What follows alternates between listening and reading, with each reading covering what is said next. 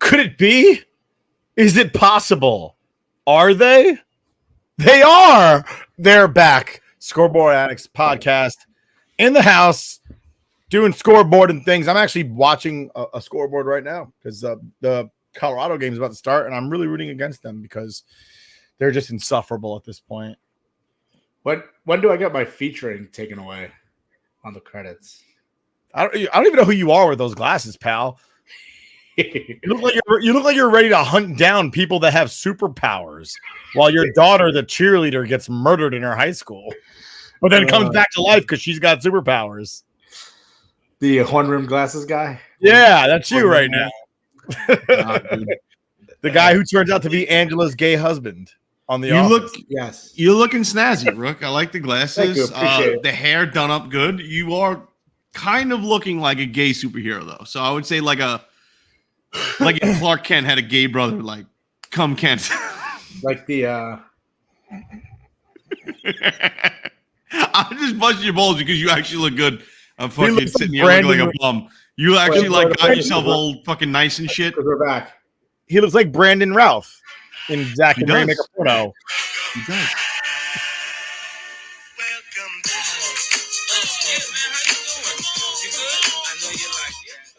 Try to pause it. Just a little taste. Your mother's in the closet with all her makeup and her drinking. Welcome back. And we are back. Brooke, I will be your Sherpa up the mountain of gay. Because Brandon Routh's a gay Dude, guy. it's such an underrated, bro. It is such an underrated, like that. Those cameos with Brandon Routh and Justin Long, like you could make a movie just on those two characters. Justin Long showed up in another movie.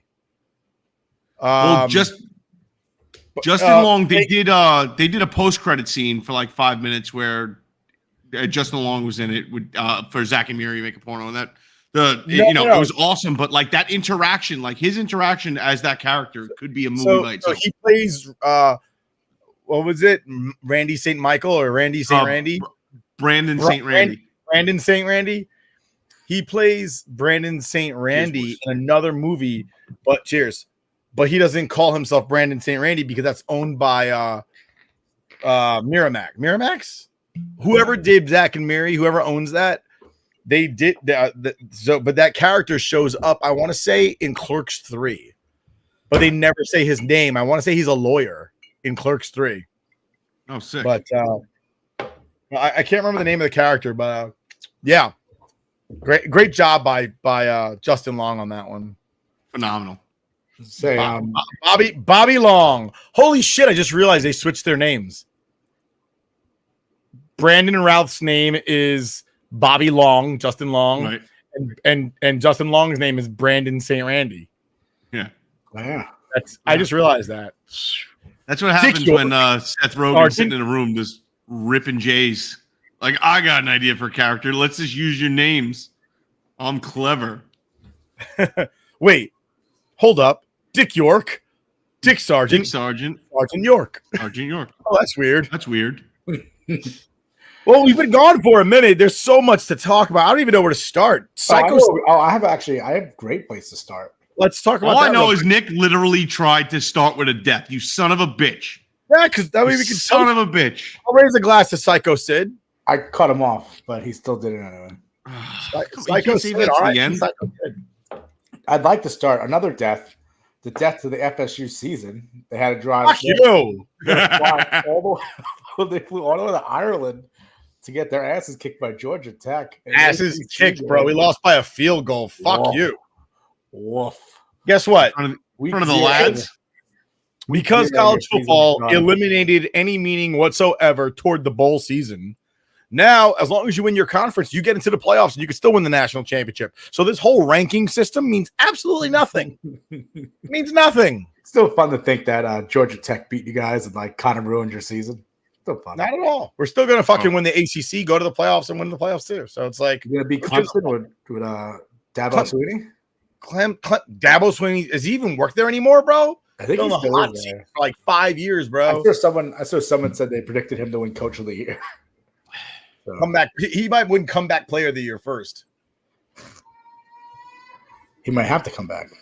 But speaking of college football, it's North Dakota State versus Colorado here on a Thursday, which is kind of weird. So open season, and it looks like North Dakota State has already. Well, the Colorado team is saying that they fumbled the ball and Colorado recovered. But Thursday night college football, degenerate playground, baby. Let's go. The officials actually, it's really weird. This is the North Dakota State Bison versus the Colorado State Buffalo. And I'm pretty sure a bison and a buffalo is the same fucking thing. I believe they are. We should get the Bills out there too, just to have it's like a cougar. It's like a cougar and a panther. Yeah. Oh shit! North Dakota State taking it across the 50-yard line to the 30, Jaguar. The 25. Holy cow! How about that? Hell of a carry right Panther, there. Jaguar, all the same animal. That's no. Jaguars have spots.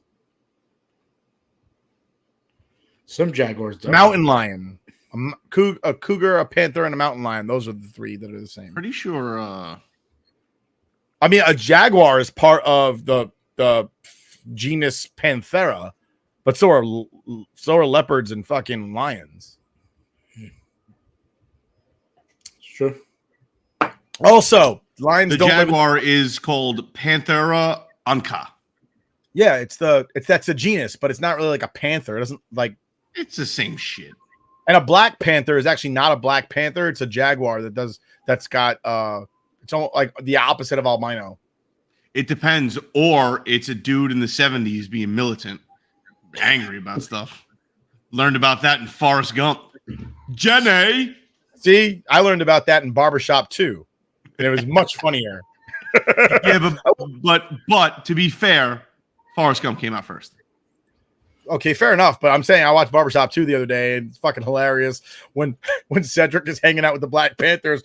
He's like, and then the cops is gonna show up, and they're gonna start shooting their guns, and then we gonna start shooting our guns, and then they gonna die. And he's like, yeah, and then we gonna die. And he's like, yeah, get them out of here. This is crazy.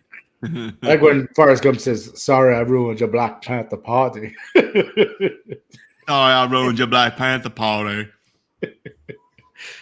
That book is way different than that movie. All I know is thank God people like acknowledge that Jenny is the biggest piece of shit character like ever written. Yeah.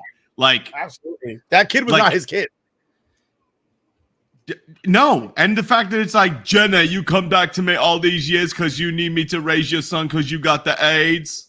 It's like if Forrest had half a brain and wasn't retarded, he'd be like, get the fuck out of here. I'm not raising your fucking mongoloid kid. He was actually really smart. Why did you call Haley Joel Osment a mongoloid? He was smart though. He wasn't. I mean, he still looks like that, just fat. So who's worse, Mr. Potter from It's a Wonderful Life or Jenny from Forrest Gump? Jenny.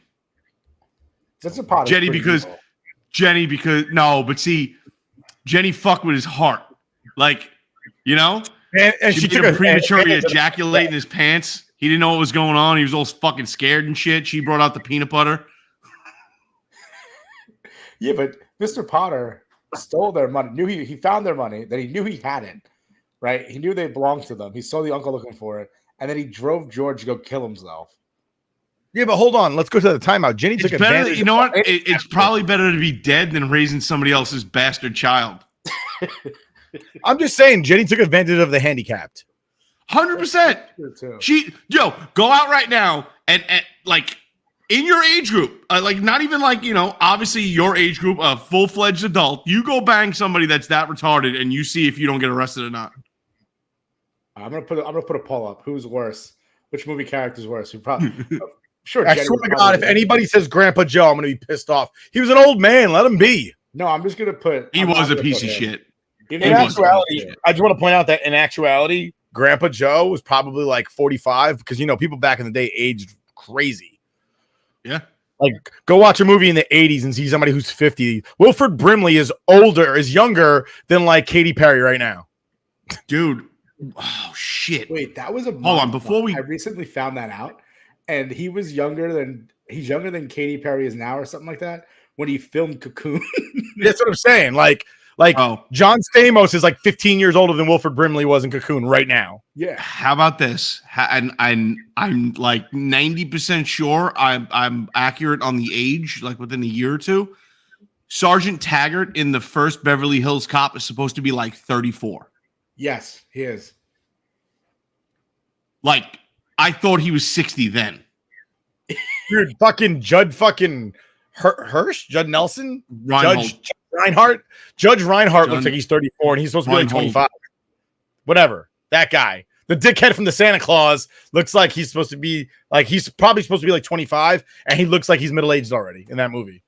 Yeah, but Taggart literally looked like he was in his 60s and it's like, dude, what happened? Yeah, that was wild. Shit. I was watching Lethal Weapon today, by the way. Totally lost my fucking train of thought. I watched Lethal Weapon 1, 2, and 3. I was halfway through 3 when we started this show. And I gotta say, I fucking love those movies. Oh, great movies. I really, really do. Like, they give me hope for the future. And I don't want them to redo those movies. I want a new buddy cop movie. Like, with some young people, but like Rush Hour. Like, Rush Hour, fucking Turner and Hooch, Tango and Cash, fucking Beverly Hills Cop's kind of like a buddy cop movie-ish with 3 people instead of 2. So I think I threw this at Rook. Hold on. Is Die Hard a buddy cop movie? The first one? Yeah. No. Why not? Over the radio, that's a stretch. I'm just saying. Kind of. If it could be a Christmas movie, then it could be a buddy cop movie. So it has the elements to make it a buddy cop movie, right? It's got levity, it's funny at times, it's serious at times, and got a black guy and a white guy. They're both cops, and they're very much invested in each other.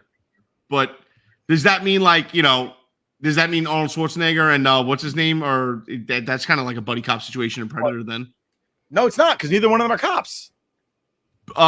They're asserting their authority on neither the locals, cops, dude. And there's nothing remotely comedic about anything that happens in that movie. Are you out of your mind? Every movie Arnold Schwarzenegger is in is hilarious. Every single one. Because the acting is terrible. What's the movie where you get sucked out onto Mars?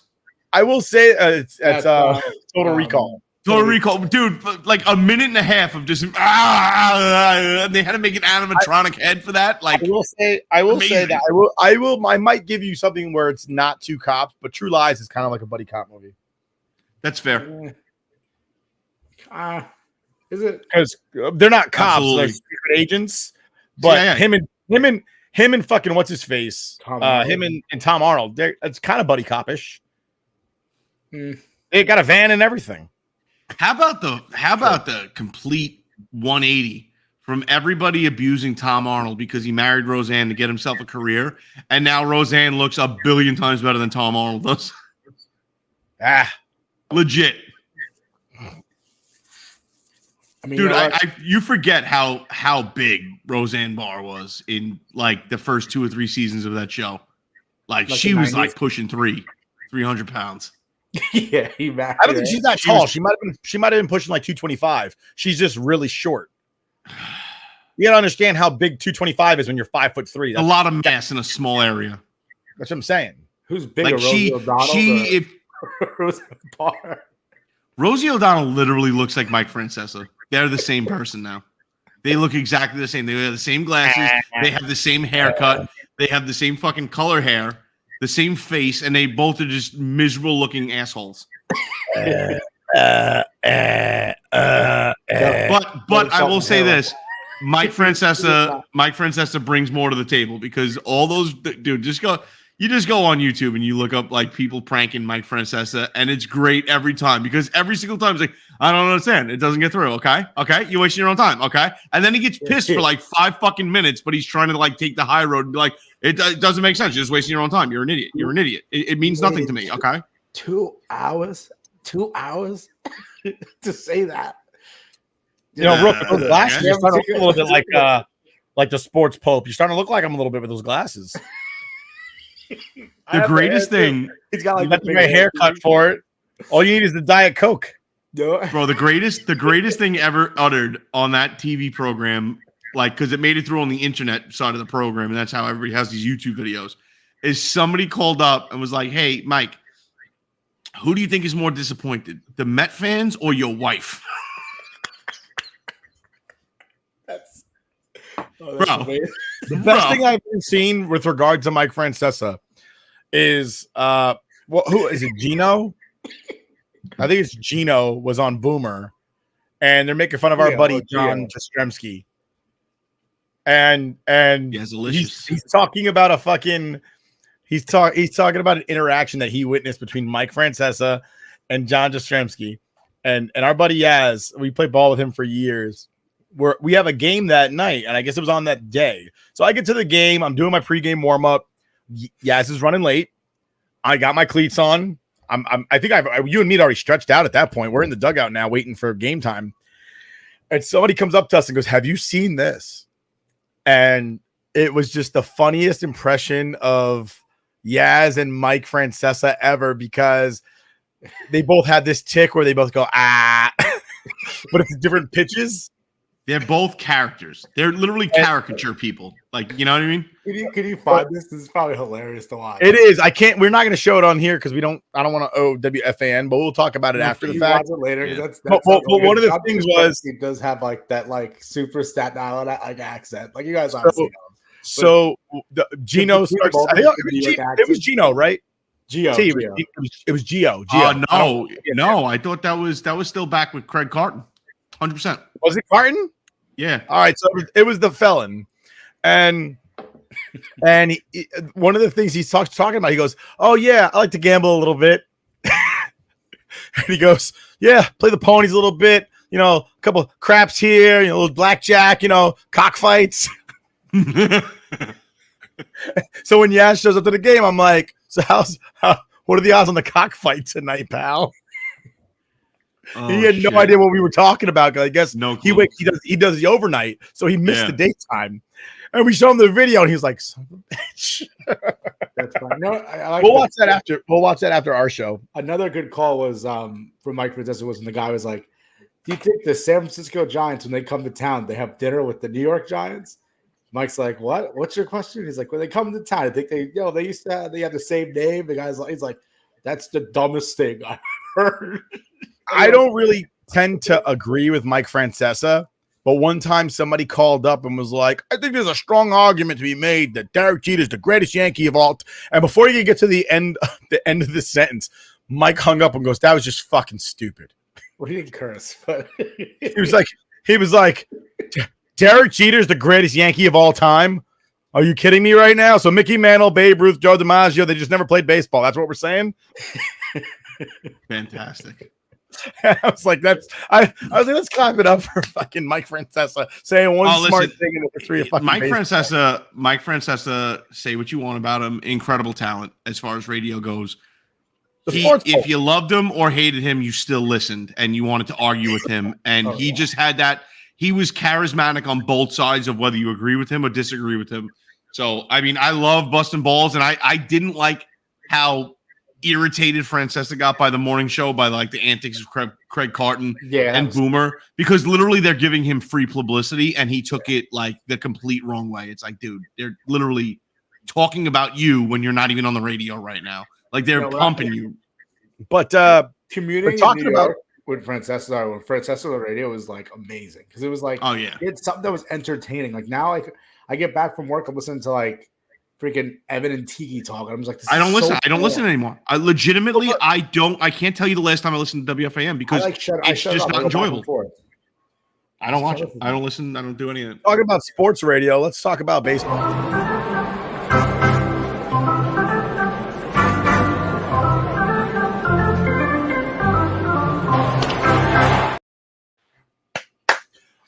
Did you guys happen to catch Stephen A. Smith talking about baseball yesterday? Yes. I don't watch that. Stephen A. Smith, a fucking joke. Talk about comes another out. Guy. He was like, people ask Stephen A. why Aaron Judge is having a great season, and I think the appropriate answer, if you're somebody who watches baseball, you understand baseball. If you're one of those people, right, then you know that the reason that Aaron Judge is being so good this season is because he's 6'7", like 270 pounds. He hits for average.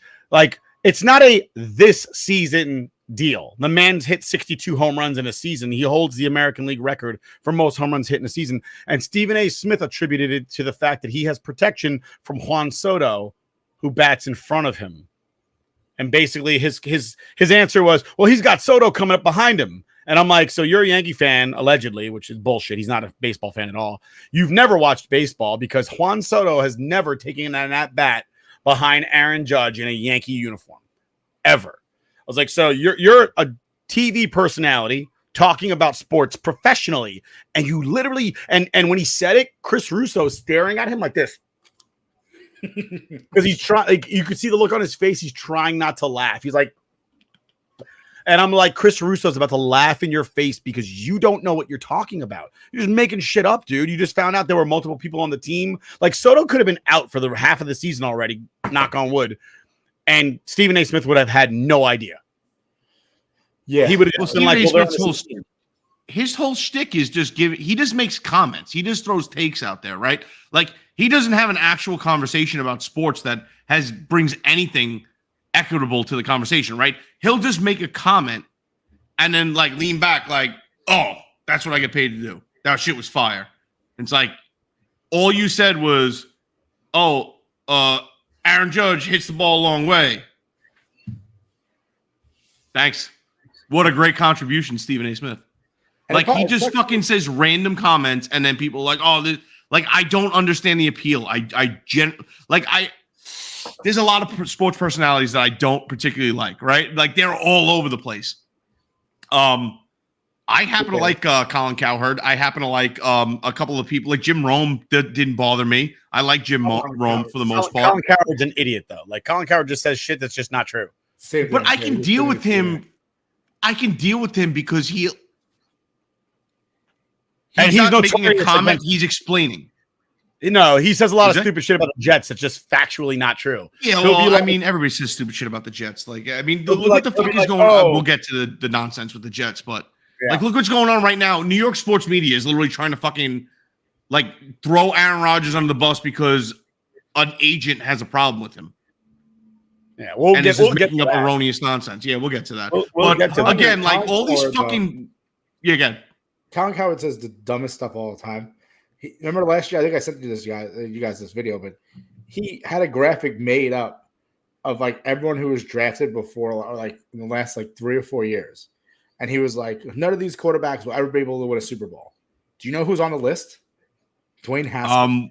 Dwayne Haskins died. Oh, that's right. He put Dwayne Haskins on a roster. He died very young in a tragic accident, and this idiot's sitting there. And then he goes to the woman or whoever his like PA is, or production assistant, whatever it is. He's like, whoa, stop a second. There's a mistake on this. And everyone thinks he's going to correct the fact that Dwayne Haskins on it.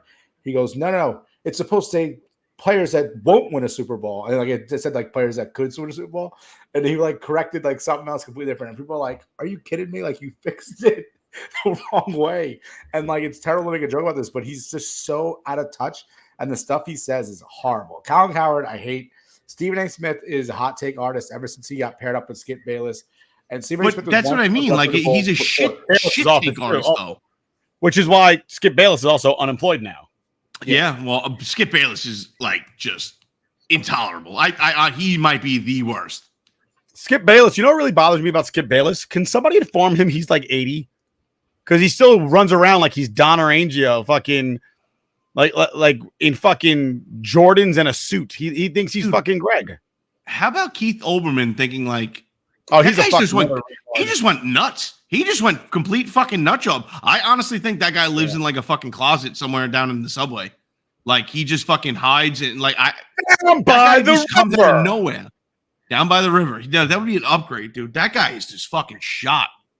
But I don't know how we got from like him like just going over fucking plays to him like cheering on people trying to assassinate presidential nominees. Like I don't understand like the jump.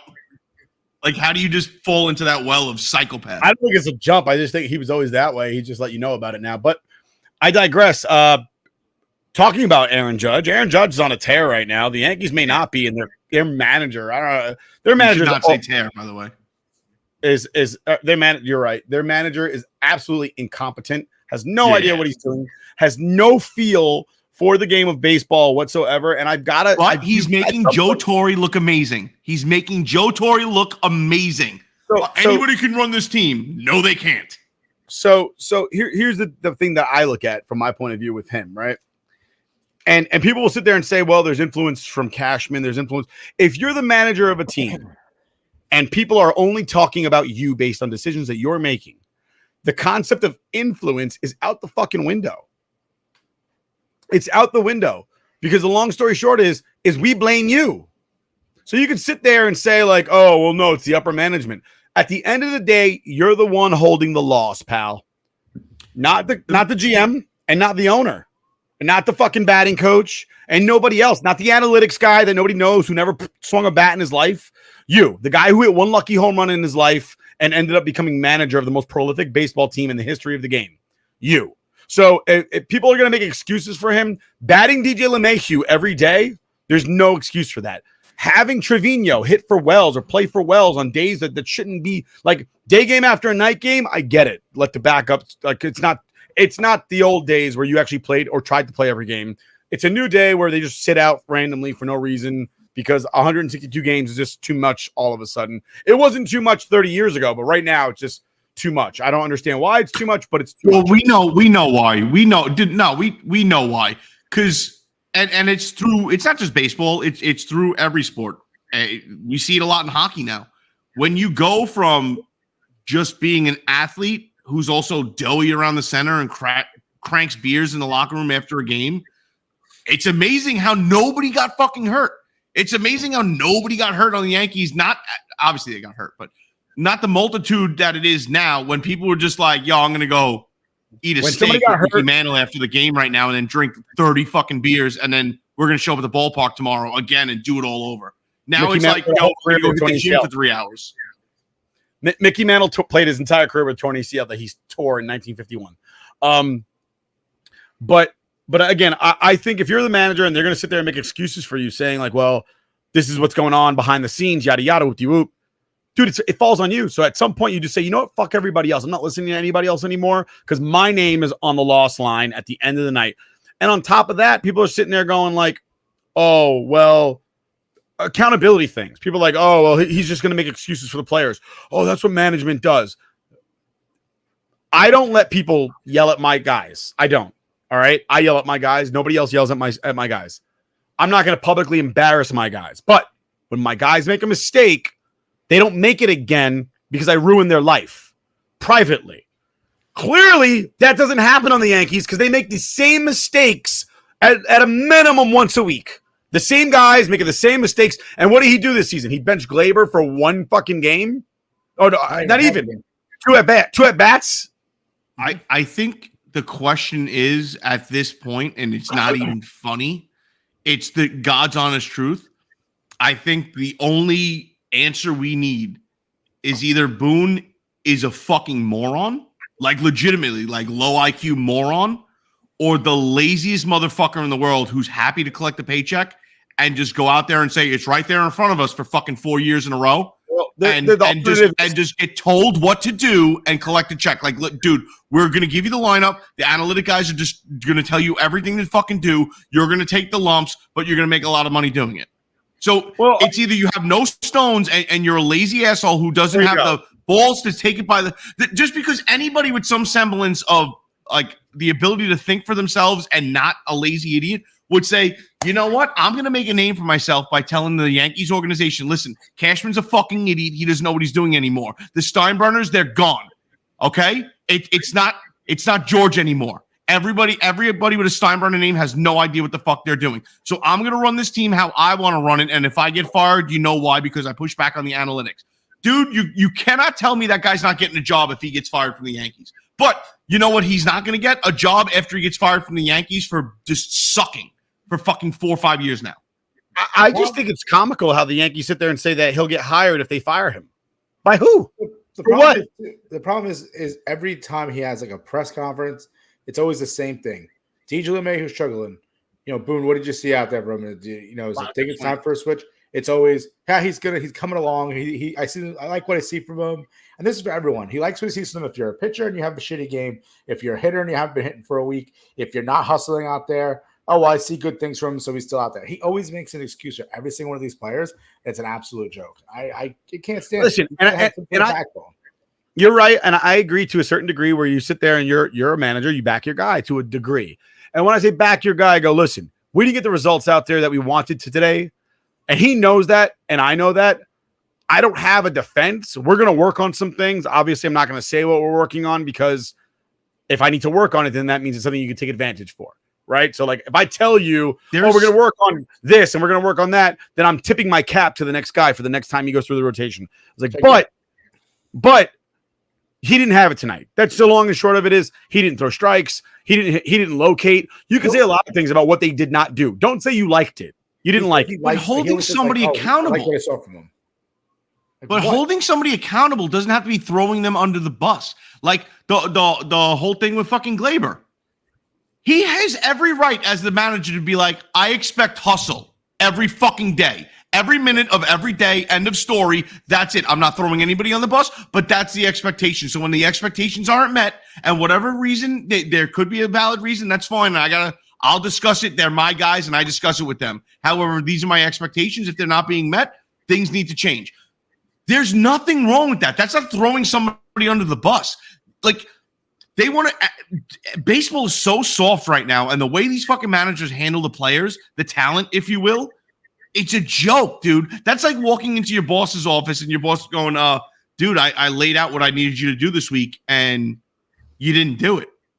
And then you saying, yeah, it's right there in front of me. I'll get it done next week. And him going, oh, okay, cool. I'll defend you. I'll defend you to the partners and everybody higher up.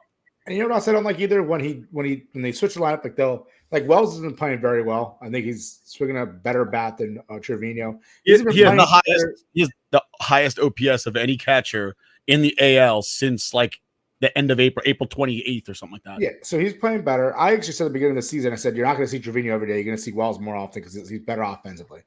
The problem is he'll take a day, like you were saying before, just randomly play Trevino. And like he's not better offensively and he's not better defensively. Yet they're going to tell you that they like Trevino behind the plate because he calls a better game and he's better defensively. Nobody calls a fucking game anymore. What's that? They have pitch com now. The coach in the fucking dugout can call the game. I understand, but that's what I'm saying. Like this is what we get told when Trevino's in there instead of Austin Wells. Or we get told Austin Wells doesn't hit well against lefties. Well, you know what? He doesn't see a lefty because you never put him in there. You always put Trevino in. So why don't you kill bad against a lefty for once? That was the killer the other day. Well, I know it pisses me off. I got to have a balanced lineup. That's why DJ LeMahieu was in the lineup yesterday as he grounded into a double play to kill a rally. It was because I needed more balance. And it was a righty pitching who struggles against lefties. Oh, I wanted more balance in the lineup. So what you're trying to tell me is, and I'm not saying that that's what they have, but what I am saying is if that concept of balance. So if your entire fucking starting lineup was Ted Williams, you'd be like, oh yeah, man, I gotta squeeze in somebody else. That's just I can't have fucking 9 Ted Williamses in there. I gotta squeeze in a fucking Homer Bush somewhere. Like what? Quick, before you finish that point, there'd be a reason though. If we had a team full of Ted Williamses, I could understand him going out there every day and being like, yo, what do you want from me? These guys are fucking studs. Like people have off days. I'm not. No, you're going to treat DJ LeMahieu like he's Ted Williams. And it's like, dude, fucking get rid of him, bench him, bring somebody else up. It doesn't matter. They treat everybody as, oh, they're a paycheck that we're paying, so we might as well get something out of them, which is losses. You gotta play. It's ridiculous. It's a joke. That's like saying, oh, I know we're here to win, and that's the whole point of all this is to win and entertain and make money, right? But we're already cutting this guy a check, so let's get whatever we can from him. Make him mop the fucking bathrooms when everybody leaves, okay? Like, I don't give a fuck what you have to do, but there's certain people that shouldn't be in lineups, and week after week, not even game after game, week after week, when no one has the balls to make decisions because they're already getting that paycheck, you got to cut that check either way. Like, I understand it's a business, but the point of the business is to succeed. Like, not just, oh, we got to make the bottom line, and, you know, we're happy losing, barely making it to the playoffs, barely, right? Mm-hmm. Wild cards, and then, oh yeah, it's right there in front of us next year. Blah, blah, blah. Like, no, it's not successful. Nope. But I think we beat a dead horse with that one. Dude, the fucking horse has been dead for half the season, and it's crazy that they're still one game up in the fucking, you know, standings. Like, it's ridiculous. All we've done is abuse them this whole fucking season. And they're doing pretty well, but you just see what they could be and the potential there, and the roadblocks holding them. Dude, they're just it's internally they're being held back by themselves. A lot of their big problems are rudimentary. They're elementary, basic shit. Like, you don't run out of the batter's box. You don't fucking know how to turn a double play. You don't know how to hit situationally. How many times have we sat there with a runner on third and you're looking at guys like, dude, choke up and hit a fucking fly ball. There'll be runners on third or runner on second with no outs, and that guy doesn't score. And you're looking at the lineup going, everybody on that lineup could probably hit a home run or hit at a minimum a single and score that guy. There's nobody who's really, other than DJ LeMahieu, there is no really punch and Judy hitter out there, right? Like, for the most part, most of the guys in the lineup can bang 15 to 20 home runs. Everybody, almost everybody. I don't think that's crazy of me to say. I'm not saying everybody has 15 to 20 home runs. I'm saying everybody in that lineup could do it.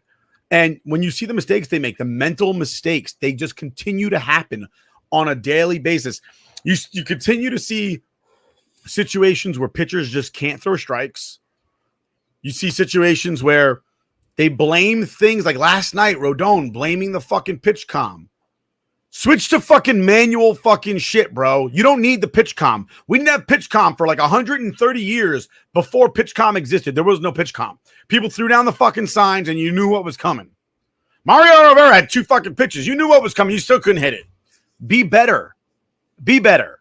Don't sit. What kind of competitor, unless your gear physically breaks in the act of trying to be successful, like you go catch a ball and your glove physically breaks. And I've even seen that happen, and El Duque just took his glove off and threw it to first base. Yeah. Losers make excuses. Winners find a way to win. I know we're going to move on, but it has to be said because year after year, it's the same thing. And you know me, I like watching the Little League World Series. Chinese Taipei, runner-up this year, right? 2-1 game, lost to Florida. They play fundamental baseball, and every year they're one of the best teams, if not the best team, because they play fundamental baseball because – And what has been preached to me and you, Nick, since Little League? Fundamentals. Hustle. That's it. Just play the game. Hustle and play fundamental baseball. You hit the ball, you catch the ball, you throw the ball. Like, you run. Like, come on. Not a hard game. They say that shit in fucking Bull Durham. This isn't a difficult game. The Mets are already looking lollygag the ball to first. Mets are looking toward next season already. I was gonna say Mets won today, but their standings are they're 8.5 back of the East. That's gone, and they're 3.5 back of the third wild card. They won 70 games though, so good for them. And you know, I'm talking to the UPS guy that delivers to my office. I know him for years, same guy. He's a Mets fan, and I was like, you know, dude, like a couple things. One, as a Met fan, you shouldn't have anticipated them making the playoffs. Their track record is having never made the playoffs more than twice in a decade, and when I say a decade, I mean from like 2000 to 2009. 90 to 99, so on and so forth. 2010 to 2019. I think they already made the playoffs twice this decade. So, like, I don't think that you guys should really get your hopes up because you're probably not going to do anything until 2030. But that's not the point. The point is that if they have 3 games left in this season, And those 3 games, when I say 3 games left, I mean against Atlanta, who is ahead of them. Fucking match them and then beat them, and you're in the fucking playoffs. Take 2 of 3 from Atlanta and match their record up to that point, and you're in the playoffs. It's that simple. You know, like show a little fucking guts. God bless my fans that still get their hopes up. You know, you gotta play from the fucking have to, bro. I learned that shit from Gary Busey. You gotta play from the have to. He was in Lethal Weapon 1, by the way. He's the bad guy. We drive on. Can we take a quick break from sports and do whiskey? Because I'm running out of my whiskey. Whiskey of the week. Hey, why I'm running out of whiskey is because I bought this bottle back in August 1st. It was the last time I bought it the week after we had the last show. I meant to show it the next, and we haven't been here for 3 weeks. So the bottle's now done because it's been in my house sitting here drinking it. But I got Baby Jane from Widow Jane Whiskey. This is their bourbon. They distill it both in New York and Kentucky, which is interesting. It's an extraordinary bourbon, and it's made by their own unique corn varietal. I can't pronounce this word. Varietal? I don't know what that is. Varietal. Yeah. You're a lawyer. I am a lawyer. He's not in Iowa, though. I mean, cut the man a break. Exactly. Be in Indiana, maybe. Then we have a problem. But it is. They baptized this corn Baby Jane, and that's why the whiskey's called Baby Jane. It's obviously made from mostly corn, which makes it a bourbon, right? Does it really say they baptize it? No, they just baptized the name. Like they gave, like they're saying they baptized the corn. Christened it. Yeah, like they named it Baby Jane. Like when you christen a boat. I just want to know if it says that on the bottle because I can just see like some kind of fucking religious zealot going nuts in the fucking liquor store. How dare you baptize my bourbon? It says it's kosher. I got my kosher rye bourbon back there. So it can't be baptized, kosher right? rye. Anyway. So wait, hold on. How could whiskey not be kosher? I think all whiskey's kosher, to be honest with you. I'm pretty sure that like all alcohol is kosher. It's pretty good. It depends because smooth. What are you putting fucking bacon in the barrel? What are you doing? It might be like a process thing, like you know. All you got to do is have the rabbi come by and go ahoya man, and that's it. We're done.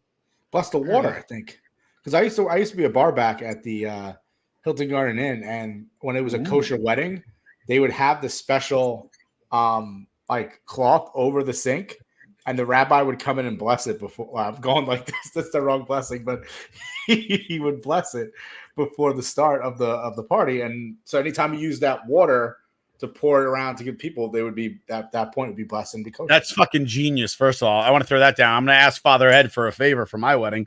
And then the other thing imagine like they get the what's it called rabbi out there, right? And it's like New York City when they hire the fake fucking signers.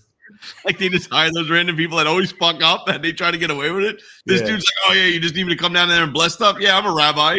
The guy's just over there going like, oh, nobody find me out. Nobody find me out. Oh, hold on though. Would anybody know? Wait, hold on. So the rabbi comes over. He does his little spiel, his schmamazel, Hasefever Incorporated, right? He does that, right? You put it in an ice tray. You freeze it. Take the ice cube. You throw it in your drink. It just got kosher. Maybe. If it melts. Then you has to fully melt. Anyway, it's a good bourbon. It's a little sweet. Very smooth, actually, drinking it. And pretty recent price. I think it was like 60 for it, which is cheaper than the if you had with Widow Jane's like 70 something, the whiskey. But no, it's good. Not as oaky as like some Kentucky bourbons because this is made in New York, like some in New York, some in Kentucky. But it's still pretty good. I'd give it my seal of approval. Ooh, very nice. Seal of approval.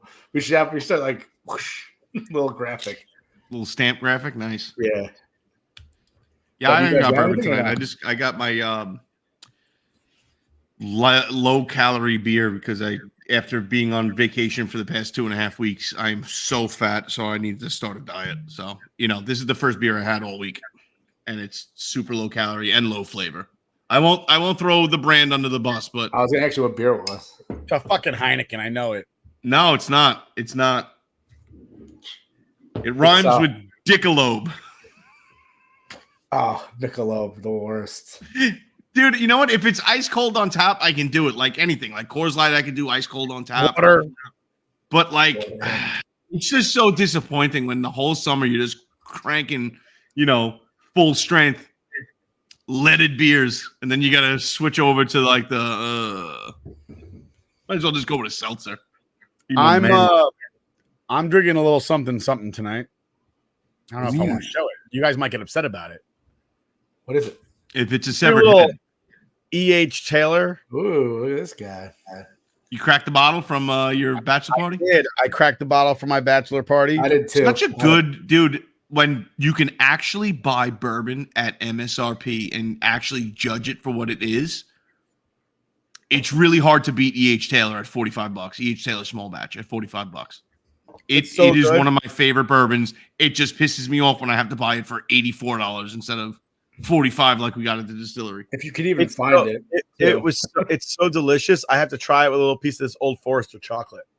Oh, you still have some? I have one piece left, and I'm waiting for our guy Chris McCormick to come over and drink bourbon with me because I feel bad that he missed out on this epic trip. He just had his beautiful baby girl, so he was kind of on the fence and couldn't make it. This would have been an amazing for him to come because he loves this shit just as much as I do. And I feel bad. So I have a piece of chocolate saved for Chris. So when he finally comes over and drinks some bourbon, he'll get to have some of that. And dude, it is torture trying to save that fucking piece of chocolate. So talk about beautiful baby girls. Shout out to our buddy, Mike Palazzolo, bringing baby Shay into the world, or his wife, Kelly, bringing baby Shay into the world. When I went away, a while ago, I got the message on my way upstate, and we haven't had a show since I went away. And Kelly gave birth, and shout out to our buddy Rich Radolinsky and our friend Christina. They also put a baby into the world as well. So everybody's having kids. Good for them. Everybody's doing well. That's awesome, and good place to be right now. Yeah, I have like two other people too that just had a baby as well. My wife, I think. The span of like 2 weeks, we had all friends had 4 kids total in a span of 2 weeks this summer. So, congrats to everyone! Cheers to all of them. Yeah, jokes on everybody. That's just Antonio Cromartie making his rounds, just out there dumping in everybody. So I had that. I cracked up my bottle of E.H. Taylor because it's delicious. I did it for my anniversary. It was last week, It's so good. Happy anniversary, by the way. So thank you. Yeah, I had a busy week. Busy couple last 2 weeks. Anniversary, both my baby girls, 5 and 2 now. And then today was Sienna's last day at daycare. Ooh. I would say more, but I might start crying. We should save it for a dad podcast. Me and TJ start a dad podcast. Just talk about being dads. And how if Nick just pulls an Antonio Cromartie and just grabs some random. Yeah, if you don't want to fully, invest, you could just be like, yeah, definitely, she's definitely pregnant. I told her my name was Phil. Phil Cromartie, or fill her up. Fill her up. Fill her up. E.H. Taylor, amazing. Yeah, no, absolutely delicious, smooth. I drank half a bottle on Sunday because I was with my cousin Andres, and he had his bottle. Nice. We drank some Angel's Envy, and we drank that too. Nice. I have for next week, a little teaser. I have a good bottle next week. I actually brought a bottle of Angel's Envy to Matt's house for his barbecue. Oh, you were there? You were there, T? I was there. Yeah, I drank like a third of that bottle by myself. It was awesome. Dude, it's a delicious bourbon. I regret not buying more bottles while we were there. And we did pretty good, but Angel's Envy opened up. Going to that factory opened up my eyes about Angel's Envy. Yeah, I regret 2 things. I didn't buy this. So it was the single barrel Angel's Envy. Is that what they had there? Yes. I regret not buying that one, and I regret that I didn't know that you were getting that Woodford Reserve, that special one. Yeah. If I'd known that was there, I really regret not getting that one. Wait, what Woodford Reserve special one? It was what was it? It was it was a Woodford Reserve toasted. It's the halfway point between double oaked and double oaked. and it was sitting there in a 350 milliliter bottle. I think it was $65. I Googled it real quick. That 375 milliliter bottle was selling for like $350 online. I was like, yes, I will take. They're like one. And I'm like, they're like one per ID, per tour, per day. And I'm like, fuck, I guessed one. And then everybody was outside already. So I was like, fuck, all right. Yeah. I was going to ask each one of you, just like, yo, buy that for me. Here's $65. I got the wood for Kentucky Derby one. Yeah, the Kentucky Derby one. They did have that. Yeah. But talking about Antonio Cromartie, we move on.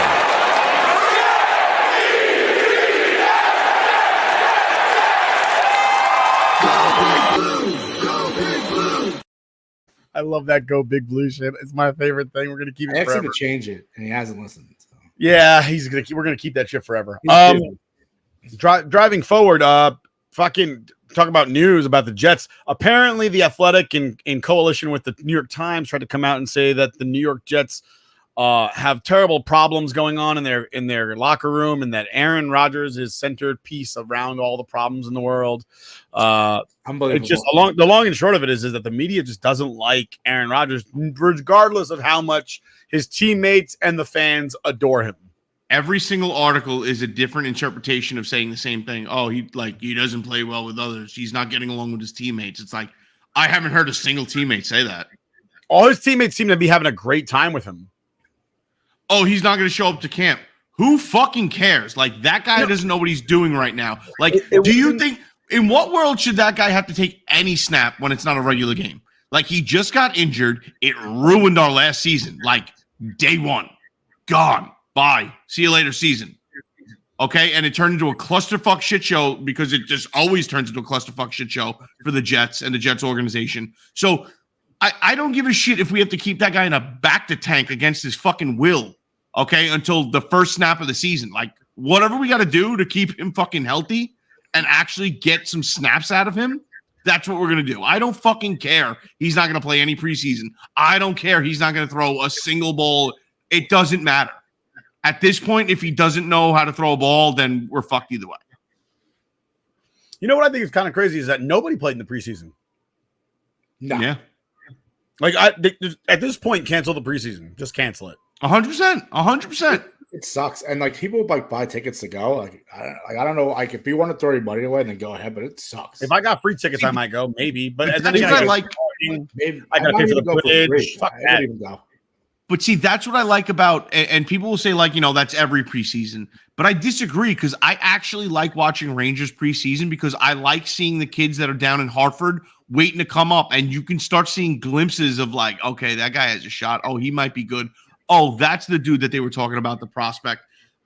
You're actually seeing somebody that you might see on a level of 1 to 2 players moving up this season and actually making an impact versus, like, right, but with football, you're seeing everybody that's not going to play. If nobody's playing, they're fighting for the last 8 positions on the team to not play. Right, the last 8 guys that are practice, not either going to end up on the practice squad or special teams. They're going to be gunners. They're going to be blockers. And barring 2 injuries in that same fucking position, you'll never see that guy. Right. The football preseason, and again, it used to be different. It used to be like the starters played the first quarter, the first game, then in the second game they played the first 2 quarters, then the 3 quarters, and then the last game, they didn't play at all. It's like a real game. Yeah. No, well, the last game they didn't play at all. But you got to a point where you almost got a full semblance of a football game. Yeah. You would. They used to the third game was the game where everyone would play. Like, if your starters, like, I remember Eli Manning playing a full half of, like, preseason week 3, and then he wouldn't play week 4 because obviously you don't want a chance or injury right before the season. So it would always be week 3 was actually the best week of preseason. And that's like completely, now it's only 3 weeks altogether. So now week 2 is like kind of the week you watch. Like, Daniel not even week 2, nobody plays. Well, the whole preseason quarter, that was it. I didn't see one. At least for the Jets, I didn't see not one starter take 1 snap for the entire preseason. The Jets at all? Like, nothing? No, not one starter took a snap. Not one. Garrett Wilson didn't take a snap. Sauce Gardner didn't take a snap. Jermaine Johnson didn't take a snap. Everybody was a 3rd or 4th string guy or a practice squad Yeah, guy. Giants played a couple guys in the second game, but not really anyone much in the third week. But preseason is not fun. I get people; it's cheaper probably to go, so you get to see an NFL game, but you're not seeing NFL games. It's not anything close to an NFL product. Talking about the Giants, they unretired the number 1 to give to Malik Neighbors. Now, I'm not a Giants fan. I understand that the individual whose number was 1 was named Flaherty. That's all I know Flaherty, about it. Yeah. And then his number was retired from time when he played in the 20s to 30s, if I remember right. He was retired back in 1932. An interesting fact, it was the first number ever retired in the NFL. Yes, it was. And appropriately enough, it was the number 1. Yeah. But they unretired it from Malik Neighbors. As a Giants fan, I understand there might be some sort of disconnect with players that played back in the leather helmet days. But do you feel that the pressure is on for Malik Neighbors and that Malik Neighbors is now obligated to become a Hall of Famer? I don't. Because I'm letting you know right now, if that was me, I'd be like, yeah, you're obligated to be a Hall of Famer now. I think the thing is too, like you said, there's a disconnect. I mean, that's the guy whose numbers played in the 20s and 30s. NFL was much different back in the 1920s and 30s. And if you want, there's an old podcast that I have where I actually go through the history of the NFL, and I discussed that the Staten Island Stapletons were an actual team in the NFL. So yes, they were. I mean, back then there was a ton of different NFL like teams. Like Chicago wasn't even the Bears at the time. Like it's kind of wild back then. So it wasn't the NFL we know now. Much different game. And yeah, I mean, he got the okay from the family, and I get like it's history, and I'm a big fan of history. And the fact that he's like the first number ever retired in the history of the NFL is kind of cool. But it's to the point where, I mean, I don't feel like you have to be an NFL a Hall of Famer. You have to perform well, though. You have to be, if you're going to make somebody unretire their number so you could wear it, you better earn it then. I think he's going to be a bust. If I'm being honest with you, the fact that he went through this, I think he's going to be a bust. I don't know. I don't know about that. We'll see. I mean, he's had everything about him has been in camp. I don't think he's even really played. I think he made one good catch in the week 2, and an actual like NFL kind of NFL speed because it's week 2 preseason. But besides that, I mean, they said he's been having pretty good practices, which, like I said to you early on in the training camp, I was like, I don't care until it's a real game. But I think there's a little bit of pressure for the fact that you asked for a number that was retired to be unretired so that you can wear it. Especially back when, a few years ago, players couldn't wear single digits if you're a wide receiver. So this would have never happened if he was, drafted 4 or 5 years ago. But now that he's not, he's wearing number 1. I mean, it's like I said, I'm not mad because Ray Flaherty's number is not retired anymore. It's still retired, but he's wearing it. But I'm not annoyed by it or mad at it. He just better earn it. That's it. That's all I gotta say. So I'm of the mindset, like when Aaron Rodgers, there was conversation about him wearing Joe Namath's number. I was completely okay with that because Aaron Rodgers is going into the Hall of Fame. If anybody deserved it, if Tom Brady, who I hate, came to the Jets and was like, I want to wear number 12, I'd be like, well, I mean, it's fucking Tom Brady. What are you gonna say? Like, that's what I'm saying. I'm like, he's got to earn it. Like you're saying, Aaron Rodgers and Tom Brady already had their careers to earn it, to wear it, to unretire number. So now it's like you got the number retired. At that point, but at this point, it's. I'll give you. I'm of the mindset that when Sauce Gardner was drafted, DJ Reed was wearing number 1, and Sauce Gardner wanted to wear number 1, and I tweeted at DJ Reed like, "Fuck the rookie, let him fucking earn that shit."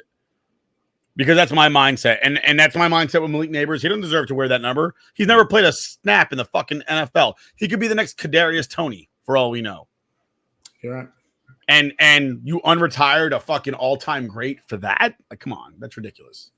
Listen, I get it. Like I said, once again, the fans are disconnected. It's not as – no one feels connected to Ray Flaherty, unfortunately. Everyone who's probably watched Ray Flaherty play is already passed on. So my question is, where do we draw the line? If it was Michael Strahan, I'd have a huge – the next outside linebacker gets to wear 56? No. I'm saying like Larry Taylor, Michael Strahan. I'd be pissed if someone tried to wear 56. You just already set the precedent, though. That it doesn't matter anymore. But we run out of time. Any last remarks before we go? Well, next week we have NFL season, right? Or does it start next week? Next week is the first week, yes. First week? Oh, we'll be on Thursday, but there'll be football on next Thursday. So we'll live watch an NFL game, which would be fun. And TJ, are we doing our picks this year or no? We're bringing it back? If you want, we can come up with a little something. Nick has to be in. We got to make it fun. I want Nick's to out. ask Matt if he could have his turtle pick 3 games, and I'll have Sienna pick 3 games. See who picks better, turtle or 5-year-old. I like that. I'll get Frank in on that. I'll get Frank in on that. Oh, you have a turtle too. So if Matt doesn't do it, we'll use the Nick's turtle. Yeah. Just let Frank pick your fucking games for the whole season, and then we can decide if Frank's the keeper or. Should we lower it to 3 games? I think 3 games a week is better. I think 3 games is good. 3 games is good against the spread. Keep it simple. I would say you want to do 3 games against the spread, and then for us, we'll do over under. Like, so 4 picks. You guys can explain that math to me. I don't do it. Frank doesn't do it either, so you're gonna have to explain that to me. But next week we'll talk NFL a little bit more. Have a great Labor Day weekend. Be safe. Don't drink and drive. All that good stuff. Don't add to the world. Don't subtract from the world unless you really want to. And then look up John Shashkemsky versus. Yes, we'll do that. YouTube. We'll catch you again next week, Addicts. Take care. Peace.